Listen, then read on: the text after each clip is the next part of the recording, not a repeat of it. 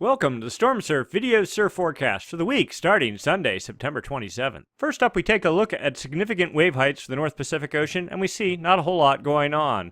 Dujuan over just about off of Taiwan, peaking out with 125 knot winds, is expected to move inland and basically provide no immediate recurvature or no swell production relative to our forecast area.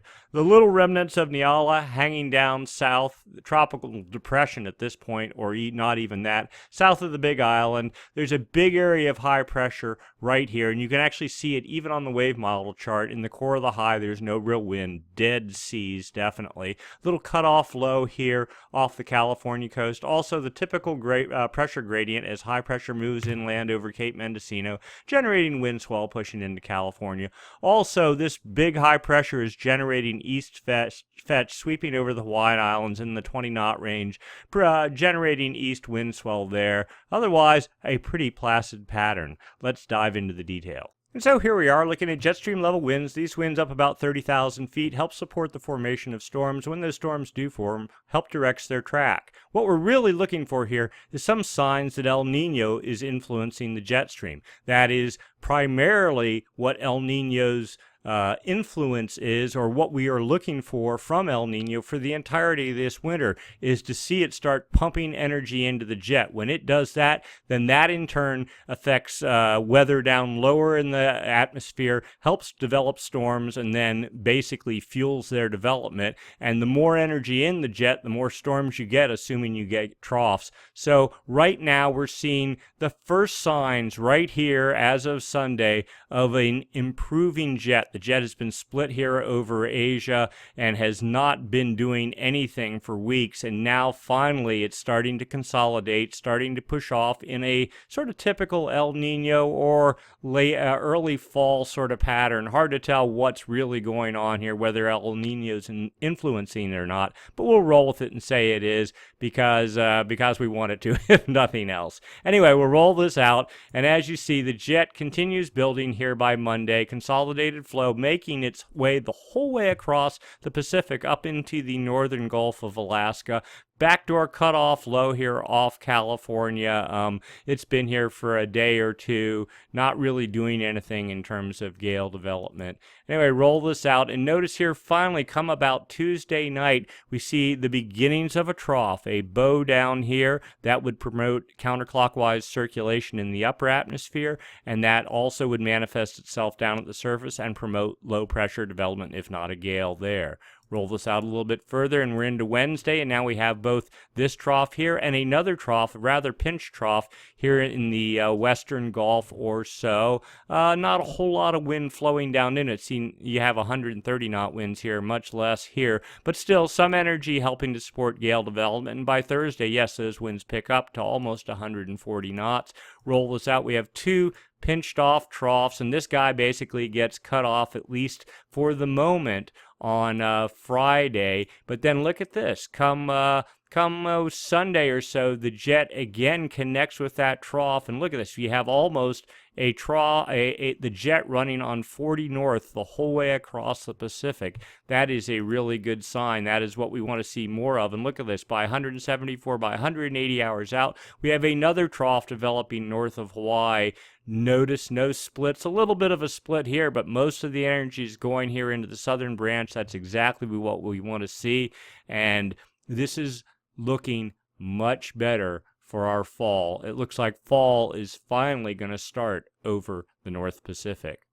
Next, we go down to the surface, and just like we said before, massive high pressure, 1032 millibar high here, very strong, locking down the area off the Pacific Northwest. A little cutoff low here, trying to organize it. Basically, high pressure air circulates around it in the northern hemisphere in a clockwise fashion. So we have this big fetch of north winds here off Cape Mendocino, and then northeast winds moving towards Hawaii, and local fetch over Hawaii, all attributable to this high. Over here you have Dijon peaked out, moving towards the northern Taiwan and mainland China, and high pressure, a little bit of low here, but I mean really nothing in terms of swell generation. It's just wind swell for California, wind swell for east shores of the Hawaiian Islands. Roll this out. That high continues, but remember, we have a trough that's going to start developing here and here in the upper atmosphere. Let's see what impact they have on the lower atmosphere. And sure enough, come Wednesday, we have a developing gale well north of Hawaii. What is that? 600 nautical miles for every 10 degrees you go. So what we have about 1,200 nautical miles north of Hawaii, 35 knot winds, and a developing fetch of 30 knot winds here off in the far west Pacific. And here we go, even 45 knot winds projected aimed at Hawaii, and even a little bit of energy probably into California by Wednesday night. This guy, most of the energy is up in the Bering Sea, but only 30 knot fetch coming off the Kuril Islands. Rolls out. This guy actually looks better than what it was forecast earlier. This is the 18Z run. This is the best run so far today.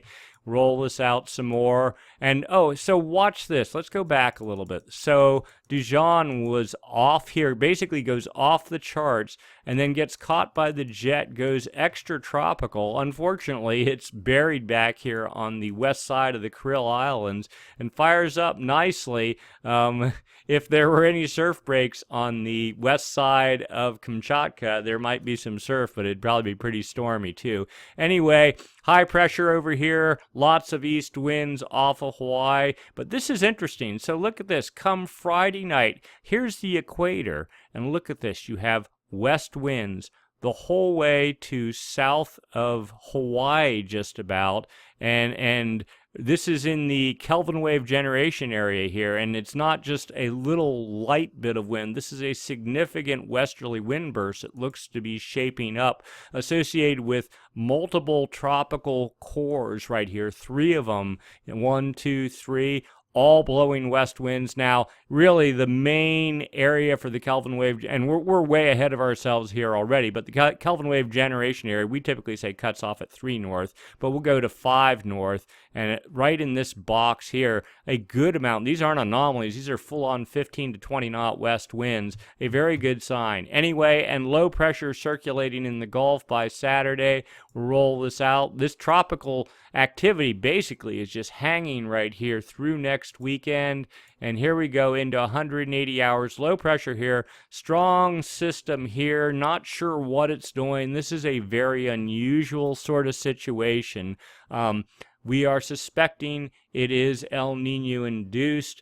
Again, westerly winds all in this area. This is exactly what we want to see. We've been watching this for months now, saying when fall really gets into, when the fall pattern sets up, that's when El Nino really starts raging. It's been, doing very well. Massive Kelvin wave, all kinds of great stuff going on. But this is what looks to be perhaps an event that will really kick it into high gear. Of course, this is a week out. No belief that it will actually happen, but it is a nice tease nonetheless. And then we go down to the surface and look at the effect of those winds on the ocean surface. We want to see sea generation, of course, because seas, as they rotate or radiate away from the source of the wind, turns into swell, and swell, of course, makes surf. Right now, 0-0 hindcast, we see basically fetch associated with high pressure here, basically wind swell relative to both California and Hawaii, and then, of course, Dijon over here heading inland. Roll this out. Let's see what happens. Wind swell finally fades out for what looks like both locations, Hawaii, U.S. West Coast, by Tuesday. A placid pattern sets up. We're looking for development of seas here associated with a gale, and there we go. We see 22-foot seas by Wednesday night. Let's just take it into Thursday morning. 22-foot seas. These are aimed at Hawaii. Sideband energy into California. Not enough out here to make probably anything that's going to reach the Hawaiian Islands. And look at this. This guy just goes on. This is what, 24 point. This is kind of nice. We were able to find the very highest seas anywhere on the grid, plot them along with the highest winds. 24.5-foot seas. More functionally probably in the 22, 23-foot range, but that's good for maybe a 13-second period swell for Hawaii and maybe the U.S. West Coast, maybe 14 seconds on the front end. roll this out some more, and that continues into Friday, sort of moving, backtracking, retrograding a little bit. Then we see the system up here moving towards Kamchatka we talked about, and then here is the beginning, come Saturday, of this westerly wind burst madness that's going on, or forecast to go on here near the equator and in the Kelvin wave generation area. Maybe not so much a swell source, but look at this. This is really interesting.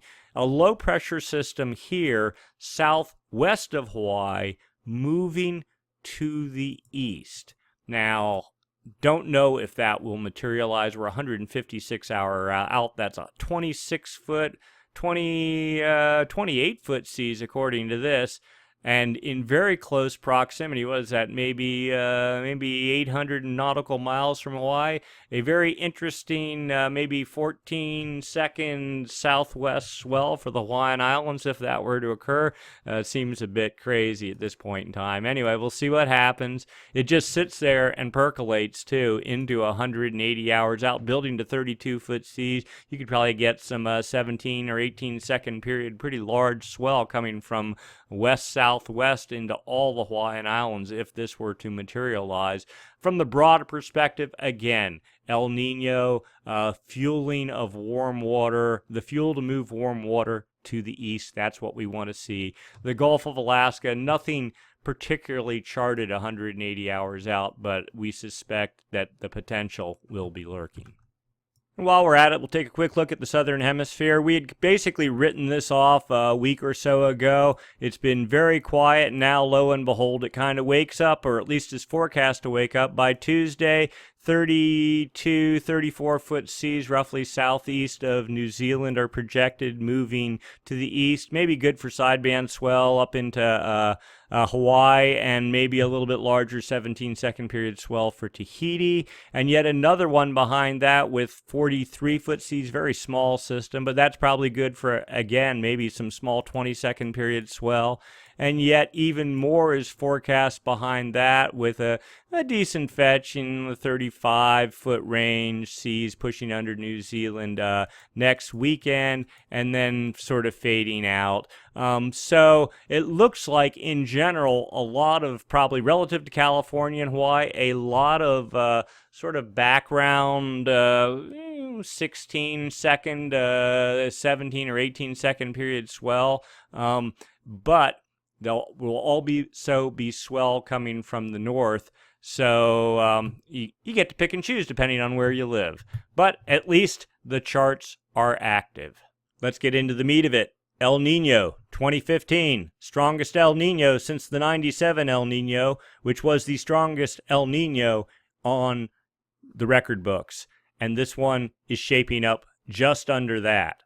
So as we've done in weeks before, we're going to follow a specific sequence here. First, looking at winds in the West Pacific, in the Kelvin wave generation area. If there are westerly anomalies or out-and-out west winds, those help create Kelvin waves. That is a pocket of warm water that travels west to east on the equator, and then eventually erupts over in the vicinity of the Galapagos Islands, brings warm water to the surface there, which then gets caught by trades and works its way back off to the east. It is this presence of warm water here, much warmer than normal, that then adds fuel to the jet stream, which then in turn helps promote the formation of storms in the North Pacific in the fall and winter months. So let's talk about winds. This portion of the chart here shows actual winds on the ocean surface, not from satellites, not from models, but from actual buoys. Now it's kind of cryptic, but it suggests definitely westerly winds in this area. And we're looking in the Kelvin wave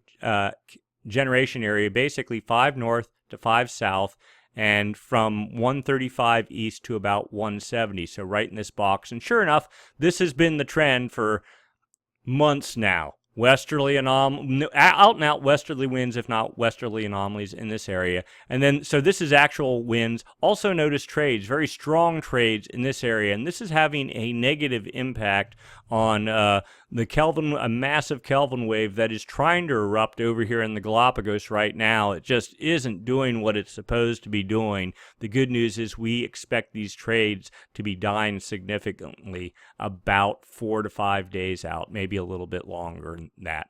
Also, anomaly-wise, this is anomalies. The differences in normal for this time of year, all you need is westerly anomalies to get a Kelvin wave going. Massive westerly anomalies in this area. This is exactly what one would expect if you're in a strong El Nino situation, and clearly we are. So here we go. This is the GFS model. So this doesn't show you anomalies. It just shows you out and out westerly winds. We actually have a box here, the very conservative box for the Kelvin wave generation area. You can actually take it up to 5 north and maybe even a little bit north of that. Clearly we see west winds in the, what is that? 12 to, let's say, 15 knots here in this little area here. 12 to 15 knots. That's good. They're actually in even the conservative portion of the box. So that's good. It's not like filling the box. It's not right on the equator, but that's a good sort of healthy situation. Even just dead winds, that gets you west anomalies. And so we roll this out. Notice here we have west winds building way up to the north 72 hours out. And this is basically a pattern that has persisted for weeks and weeks. This whole area north of here, in and around between 6 and 9 north, has had westerly winds in it. Little bits and pieces sneak down to the 5 north region or even south of that. We roll this out, but basically it's been calm winds, but look at this. Westerly winds start working their way down in by Friday, early Friday morning, and then look at this, very strong. Here's this massive westerly winds we were talking about, but again, displaced way to the north in the intertropical convergence zone. But look at this, just blowing up big time per the models, and even down here in our most conservative area, we're seeing, what is that? That is 15 knot, let's say, westerly winds over a solid area from almost 150 east to the date line, and really Kelvin wave generation area goes over to about 170. So this is looking and building. Look at that, my goodness. By 180 hours out, we're talking a major westerly wind burst here in the North Pacific. This is what we want to see. So the point being, there is a large Kelvin wave that is moving into the Galapagos now. If we were to get another blast of westerly winds, strong westerly winds, it would only serve to push yet more warm water that's all over this area here to the east, to depth, and either reinforce the existing Kelvin wave or make a second one. The reality is there isn't any room for a second one. It basically is just going to pump more warm water into this massive reservoir that's built up off the Galapagos Islands. But we're getting a bit ahead of ourselves here. Let's keep digging. So here we go. We're looking in the East Pacific now. Here's the equator. Different scale here, not nearly as sensitive as the previous chart we looked at. But the point being, here's the Galapagos. And look at this. You have this sort of a southeasterly flow going on here, very strong, 15-20 knots. There's a major Kelvin wave, we talked about it here, Kelvin wave number 3, trying to erupt in this area, and it gets some headway, and then the winds just start blowing, causing upwelling, and basically take some of the heat out of that Kelvin wave, cause surface level, just chop and just basically taking the top off the Kelvin wave. So let's see what happens with these trades over time. And as we get into Tuesday or Wednesday, notice things are calming down considerably. And 72 hours out, look back here, we have all, very light winds to 150 west, and things are really supposed to calm down here in the vicinity of the Galapagos. Still a little bit, not completely dead. But we'll just roll this out. You can see it for yourself rather than me talking over top of it. But basically, a much improved pattern over the coming week. And yet one more view, going back in time to the 21st of September, this is anomalies, just sort of a day-by-day view of what's going on in the Kelvin wave generation area. If you want to draw a box, is basically like right in here. So we see westerly anomalies, westerly anomalies, westerly anomalies, westerly anomalies, building westerly anomalies in terms of aerial coverage as of the 25th, and today is what, the 27th, so the assumption is this area is building more. The other thing you want to look at, we're a bit ahead of ourselves, you can use this chart to look at the Southern Hemi Booster Index. That is, you want to see sort of a pattern where you have these sort of south winds or southeast winds off of Australia coming up here and then feeding in to the westerly anomaly thing going on here on the date line. When you get down here, you kind of not really. Right there, you can kind of get a sense of it. There's actually a site. There isn't a site, but there are some people that are tracking this. It's more of a theory. They're calling it the Southern Hemi Booster Index. So we're looking for evidence of it. We see some limited evidence, but nothing that's just super dramatic. All right, so we've talked about westerly winds. Here's the West Pacific. Here's the East Pacific. Here's the equator, 2 degrees north or south of the equator. We've talked about westerly winds in this area here. And look what the effect of those past westerly winds have been, is to take warm water that's normally, this big pocket is normally piled up over here. You have cool water over here. Instead, we see all the warm water that's here moving off to the east. This is a very good sign. A very large pocket of warm water down, but this is actual water temperatures. This is not anomalies. And what we want to see is this the 28-degree isotherm. We really want to see it go out like this and into here. Right now, there's a bit of a sort of a hard wall here. It's not moving as far east as we'd like, but the expectation is as we work our way into the fall, this whole pocket's just going to come flooding this way. Let's take a look at anomalies, because this is what really matters. Again, same area, West Pacific, East Pacific, Kelvin wave generation area here. Dateline, we can look at 180 right there. Oh, and by the way, again, we've talked this before. These Alexas, these are sensors on the buoy anchor lines strung the whole way across the equator, the whole way across the Pacific Ocean. So this is not made-up data. This is hard data. Same sensors here, and you can see the subsurface temperature profile. Massive area of warm water here in the East Pacific, 7-degree anomalies. This is differences in normal for this time of year. This is Kelvin wave number 3. This is the 3rd Kelvin wave so far this year, and there were at least 2 to 3 more that occurred last year, all trying to, reinforce this developing El Nino situation. Anyway, warm water, you can see it right here, flowing to depth, and then feeding into, we talked about the reservoir. This is that reservoir. If we get more westerly anomalies, all it will do, it'll probably build the aerial coverage of these 3 degrees anomalies out here, and then basically just backfill. So as this warm water starts working its way to the surface, more will be coming in the back door and filling it. You just end up with this sort of pump of nonstop warm water. That is classic Super El Nino kind of configuration. So we like this chart a little bit better. It's a little bit more high resolution, but it basically shows the same thing. The interesting part of here, so check this out, 170 west right here is the line. This is the Kelvin wave generation area here, and you can actually see the downwelling warm water working its way into this. So this is Kelvin wave number 3 here, generated by a massive westerly wind burst that occurred back late June, July time frame.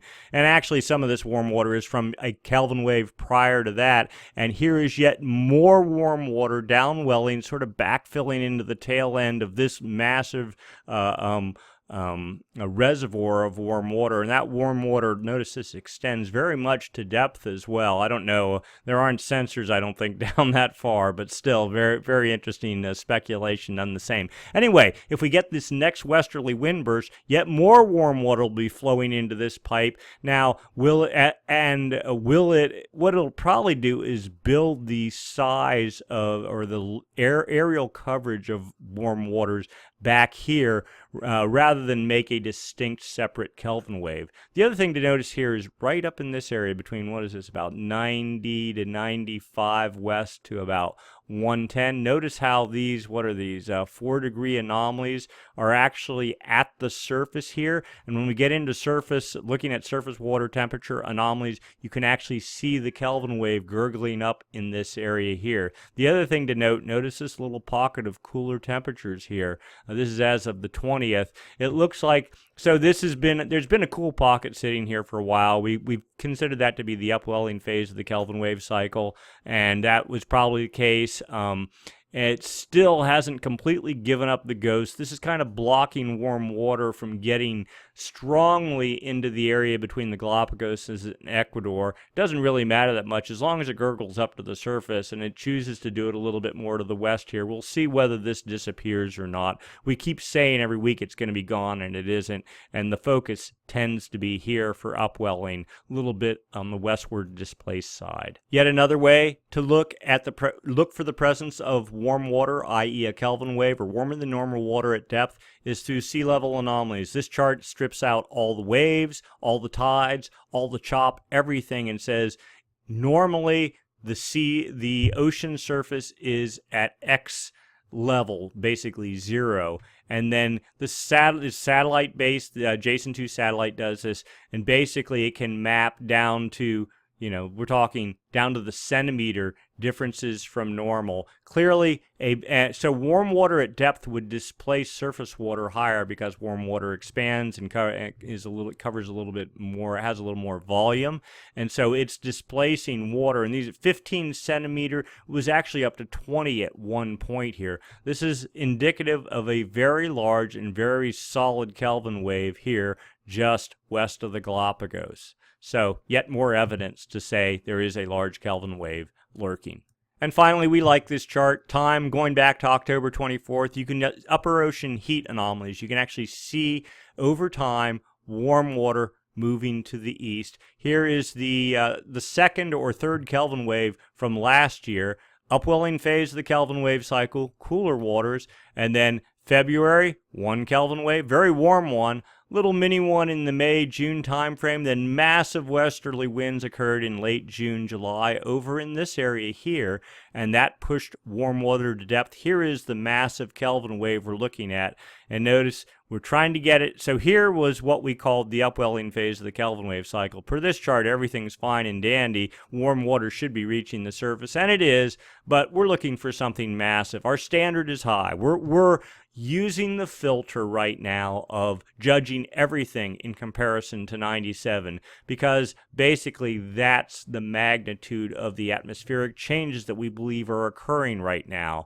We're in the ballpark between the 82, 83 El Nino, the 97, 98 El Nino. This one is comfortably between those two. So we're looking for a very clear and strong expression of El Nino impacts on the atmosphere. So sometimes when we poo-poo some of this stuff and we basically say it's not as strong as we expect and blah, blah, blah, we're not saying it's not strong. We're saying it's not meeting the gold standard that we're judging everything by at this point in time, and that we expect to have occurring given all the other atmospheric data and things that have gone on over the past year. Okay, so back to this chart again. We've talked surface winds, we've talked subsurface temperatures. Now let's talk surface water temperature anomalies, okay? And we've been talking about Kelvin waves working their way under the equator, hitting Ecuador, hitting the Galapagos, erupting at the surface. Well, we've had 2 Kelvin waves already erupt, actually, and plus the 2 or 3 more from last year. And clearly, we're not so much looking, here's actual water temperatures, okay? And here's your pocket of 30-degree actual water temperatures, which normally would be back over in here. But it is the anomalies, differences in normal for this time of year, for this location of the ocean surface. And clearly, we're not going to get into all the details here, but clearly there is a large warm pull in place. But we can do much better than this cartoon picture, so let's get into the details. So here we go. Low-res satellite data, sea surface temperature anomalies, differences in normal. Notice a clear El Nino signature extending from Ecuador the whole way out to the date line. This is good. This is much better than it was. In fact, we'll go back, just maybe three weeks ago. Notice there was cool water here, upwelling phase of the Kelvin wave cycle. Notice back in here, just not nearly. We'll just go back and forth. You can kind of see how much more robust it is out in this area. Okay, this is the low-res image. What is most impressive is the building both north and south along the coast here. We haven't, a month ago, 2 months ago, there wasn't this extent going down into Peru. This is looking better, and up into Central America. The 97 El Nino had a much more pronounced signature. So here's 97, and notice how far it went, even down here into Chile, well up into almost to Mexico, and then broad out here. Currently, this one, different sort of image. It's trying to get there, but this El Nino, so every El Nino has its character. 97 came on like gangbusters, would not stop, and the resulting warm pool was a manifestation of that. Very strong, very robust. Whereas this year's event has it goes, it starts, it stops, it's getting there, but it's taking its sweet time getting there. It keeps having troubles. It's fighting basically we'll call it the inactive phase of the PDO, where it's basically like a global 30-year La Nina. The surf has just been lousy for 5 years. I mean, since the last El Nino, and even prior to that, it was kind of slow going. The last time we had like years of consistent giant winter surf was back in the early 2000s. So there's an atmospheric bias driven by the down phase of the PDO that this El Nino is fighting, but it is making steady progress. And make no doubt, again, this is our filter. We're saying, oh, it's not as good as the 97 El Nino, but you know what? If you look at this image right now, compared it to any other image other than 97, you won't find another one this good anywhere in the satellite era. So we're in really good shape for this time of year. Now here's the high-res, 5-kilometer data, much better resolution than the previous image we're looking at. You can clearly see very warm water, and you see these pockets here. It's sort of a blur of basically 4-degree anomalies between 120 and the Galapagos, which are right here, and then other 4-degree pockets between Ecuador and the Galapagos. Very warm indeed. Of course, there's warm water all filling the North Pacific as well. Cooler water, which one would expect during El Nino, off in this region here, because all this warm water is getting pushed off to the east. Anyway, but here's the point. Now we're going to go back to the 19th. Look at how much more concentrated. These are 5-degree anomalies, clearly 5-degree anomaly pockets, 1, 2, 3, with a 4-degree pocket here. And we'll just go back and then cooler here between Galapagos and Ecuador. Here we are now. Remember we were talking about these strong trades in this area? They've sort of mixed up the warm temperature, taking some of the edge off it. They are definitely advecting it off to the west. So the Niño 3.4 region, basically, so the Kelvin wave generation area ends right here at 170 west. Niño 3.4 goes from here to 120. This is where they monitor, and basically this is the area for determining whether you have El Nino. Not what goes on back here. This is all very noisy. And again, what we're showing you is that kind of noise, that couple days on, couple days off sort of thing. But what you really want is this warm water to get over into here and warm things up. Now here's the other sort of a bad part that we've noticed. Look right between 180 and 160. This is on September 19th.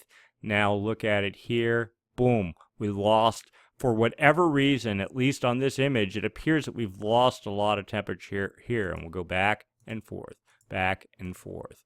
So that concerns us a little bit. Again, we're being kind of nitpicky here, but all these little things matter. At least in the long term, it probably won't matter. There's a massive Kelvin wave here erupting. And actually, let's go back. So here we saw sea surface, the subsurface profile on September 20th. Remember we said it was nudging up between 95 and about 110. You can clearly see that right here. This is evidence that that Kelvin wave, if the trades would just cut off and it could just start flowing up, we would see a huge explosion of 5-degree anomalies, probably in this area, building into the Galapagos. The trades are forecast to lay down about 3 or 4 days out from now. We would hope to see this image get reinvigorated with more warm water in this area. Let's dive one step closer. Here's the zoomed-in view along the Galapagos. Warm water building in this one little pocket of cool water sitting there. We expect that to disappear. That's more just an anomaly than anything. But otherwise, generally warm water, very warm water here. 4-degree anomaly pocket right there. And then a little bit hanging here just west of the Galapagos. But again, trades taking a toll, cooling waters a little bit, though it's still very quite warm. Now, this is much better than where we were here back on the 14th of September when we were in the upwelling phase of the Kelvin wave cycle. So things are looking really good. But then I want to show you where we were in the peak of Kelvin wave number 2 when it erupted. See how warm things were here? These are large pockets of 4+ degree anomalies. Here's where we are today. So we still have quite a ways to go to get back to where we were back in July when Kelvin wave number 2 was erupting.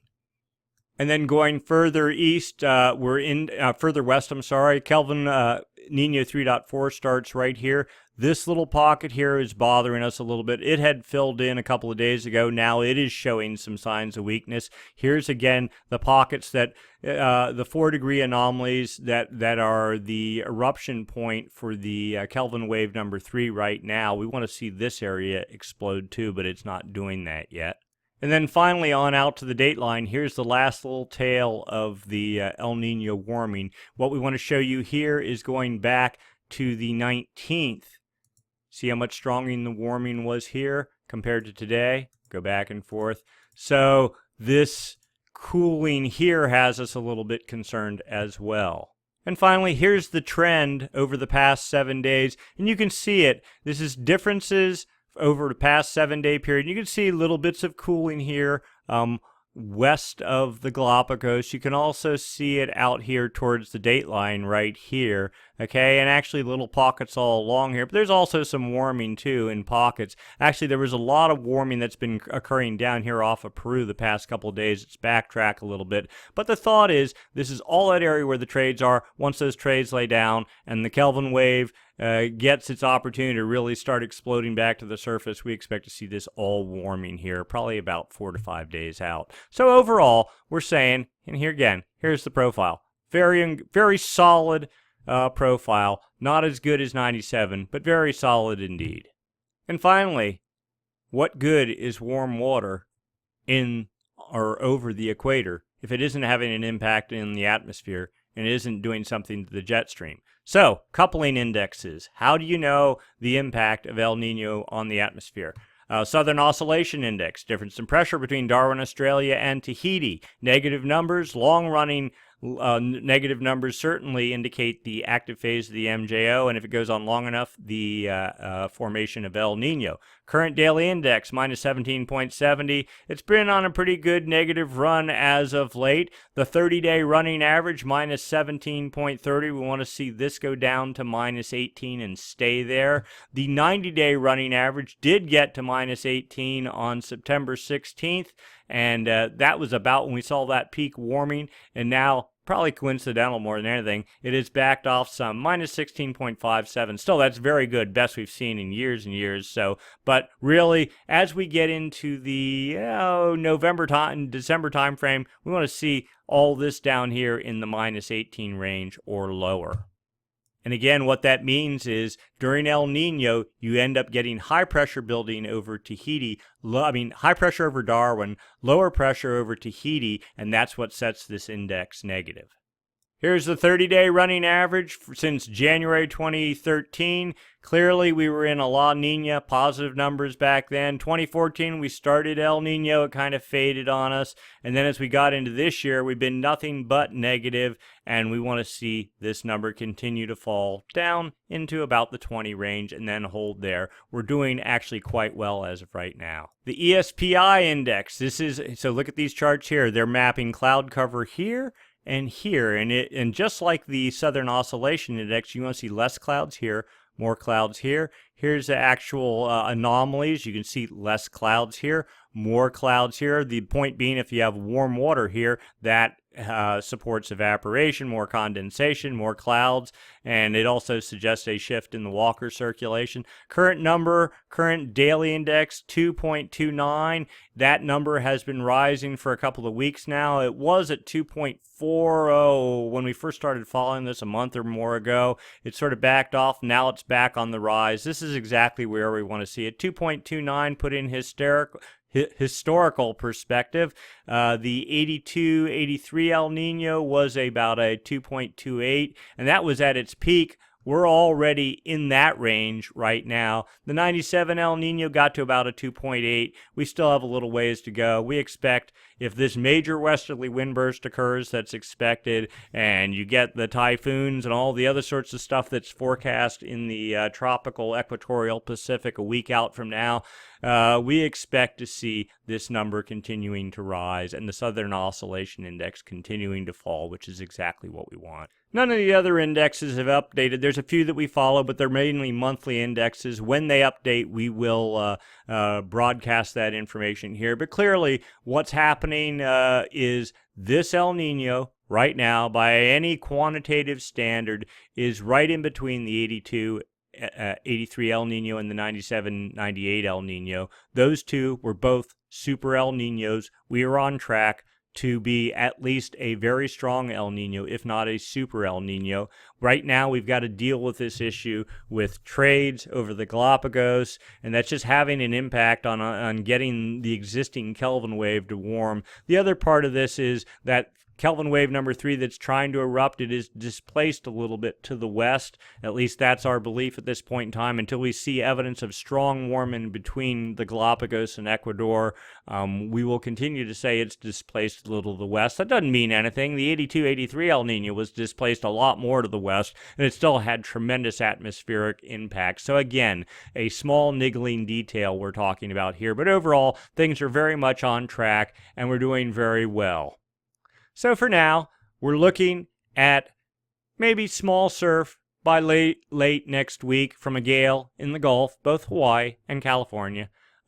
Southern hemi swell on track, at least forecast, small southern hemi swell. Probably not so much a concern anymore if the North Pacific wakes up like it's supposed to. The jet stream is looking good. Major westerly wind burst forecast for the Kelvin wave generation area with tropical implications in the northern hemisphere. Way too early to know any of the details, but all these are the classic signs of, as you get into the fall, El Nino really waking up and doing some significant eye-opening sorts of atmospheric pyrotechnics. We'll see whether that happens. A little bit of hype here, but we'll see exactly how it plays out. So that's it for this week. We'll do this again next week, same time, same channel. Thanks for watching. See you again.